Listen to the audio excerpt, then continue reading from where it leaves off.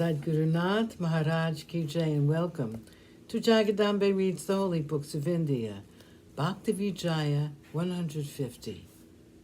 As you may remember, the kittens got put by mistake into the furnace, and the potter and his wife were very upset about it and praying to God. But thou art an ocean of mercy and a cloud of intelligence. Preserve the life of these kittens. The wife said to her husband, make some vow to God, and by doing so, Irshikeshi will quickly come to our help. Raka said in reply, if thou wilt preserve these kittens from the fire, I shall never again engage myself in worldly affairs. Thus thinking in their minds, both prostrated themselves upon the ground and cried out, O Sri Hari, rush to our help and remove the distress of thy lowly ones. Copious tears flowed from their eyes. All their limbs lost strength. Their bodies became overcome with dust. And just then a strong wind blew. The fire blazed in the furnace, which made both cry out. In thinking of Hari, they lost all their self-consciousness. Their condition was like a woman who is determined to immolate herself on the funeral pyre of her dead husband.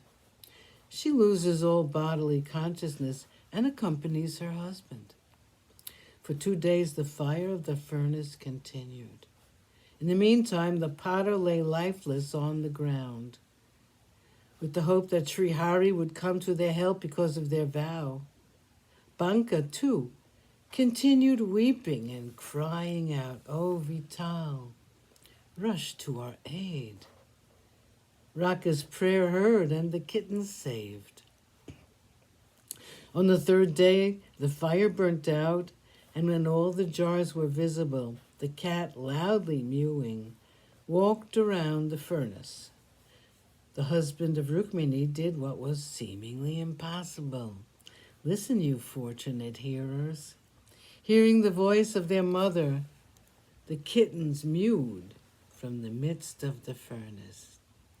The potter and his wife looked in, and among the pile of jars in the furnace, they happened to see one that had not been baked. There were in this jar 3 little kittens, which they saw alive. They exclaimed, the husband of Rukmini has come to our help, the ornament of his bhaktas, the merciful one. As they had taken no food for 3 days, their faces were wan. But now they became bright with joy, just as a lamp seems like a mass of light when it receives oil and a wick. Or as grass grows when a great cloud rains upon the earth. Or as the tortoise will not feed her young, but destroys their hunger by her mere looks. Or as when a miser finds some hidden wealth, his mind is full of joy. Or as when the sun rises in the east, and the lotus flowers lie open on the lake. So the heart of Raka rejoiced. All the people of Pandora said, blessed is this loving Bhakta, for the husband of Rukmini has come to him in his distress. A seemingly impossible thing has taken place. Raka said to his wife, I had made a vow to the Lord of Pandari, that if he saved the kittens from the fire, I would no longer engage myself in worldly pursuits. The life of the world did come to me in my distress, so why should I now think of any worldly affairs?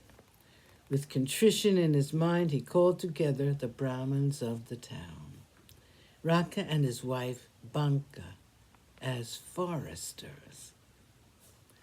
With pure feelings in his heart, he had the Brahmins plunder his house. He dressed himself in a loincloth and gave one to his wife.